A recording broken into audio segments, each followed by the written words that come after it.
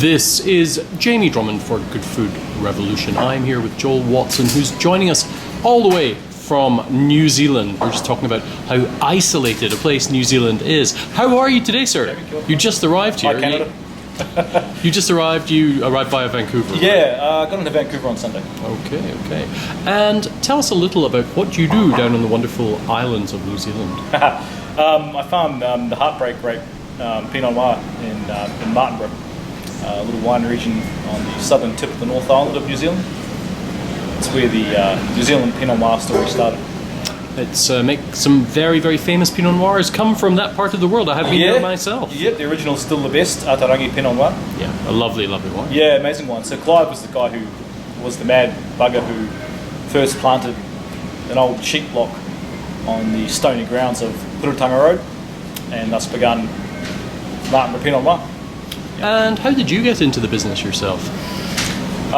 So a family friend of mine started up a vineyard called Clearview Estate in Hawke's Bay on the coast in Tiawonga, and I was young and keen and trying to earn some money and just sort of worked part-time here and there doing whatever, and then Tim Turvey gave me my first taste of Chardonnay when I was probably about 9 or 10, and I remember it really well. 9 or 10? Yeah. He said, have a taste, son. And I remember drinking it, and it was remarkable. It was unlike anything else, like anything I'd ever tasted before. Like in 9 or 10, you're curious about shit. And sorry, am I allowed to? Yeah, that's fine. Right. Yeah. You're curious about things, and you're sort of just starting to get some seminal experiences, in the world and first experiences of things. So I was very hyper and curious about wine because I used to watch adults drinking it, right? And so I tasted this thing, and it was round and rich and smooth. I'd probably hate that wine now. But when my 9, 10-year-old self found it really interesting and really intriguing, and it just sort of like sparked a light somewhere, and so that was kind of me. And my working life really has been spent in wine in various capacities. So were you going through high school imagining yourself to be a winemaker at the end of it? Not at all. No. Okay. But I was still doing like sort of that vineyard work but also orchard work at Hawke's Bay because that's what young people did to earn money, right? It's a fruit bowl of New Zealand. They grow everything. It's amazing. So, but there's always a call for work. So, when I was there, when I was young, growing up there, you could get work really easily on weekends or after school and earn some pocket money. So I was doing that. So after high school, where did you end up? Actually, I didn't finish high school. Interestingly, I left and did a plumbing apprenticeship. All right. I finished that and then got out of it. Plumbing was great, but I never really sort of saw myself doing it forever. But it was good. It took some good practical skills.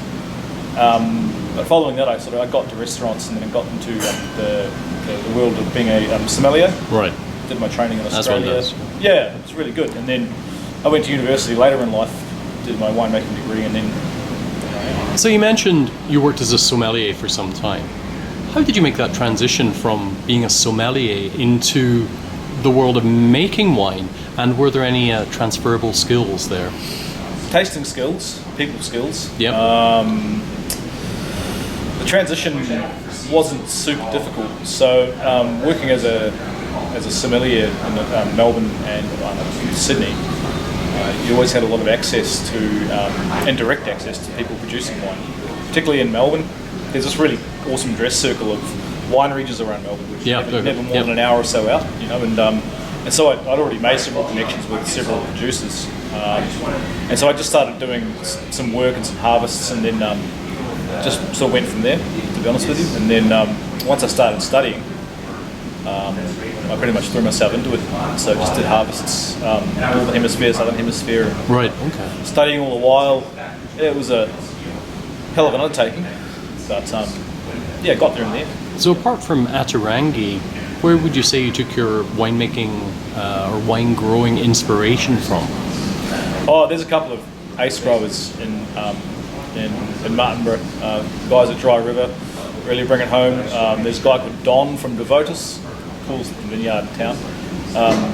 It's actually a really good collective in Martinborough. There's a real strong focus right now on that sort of organic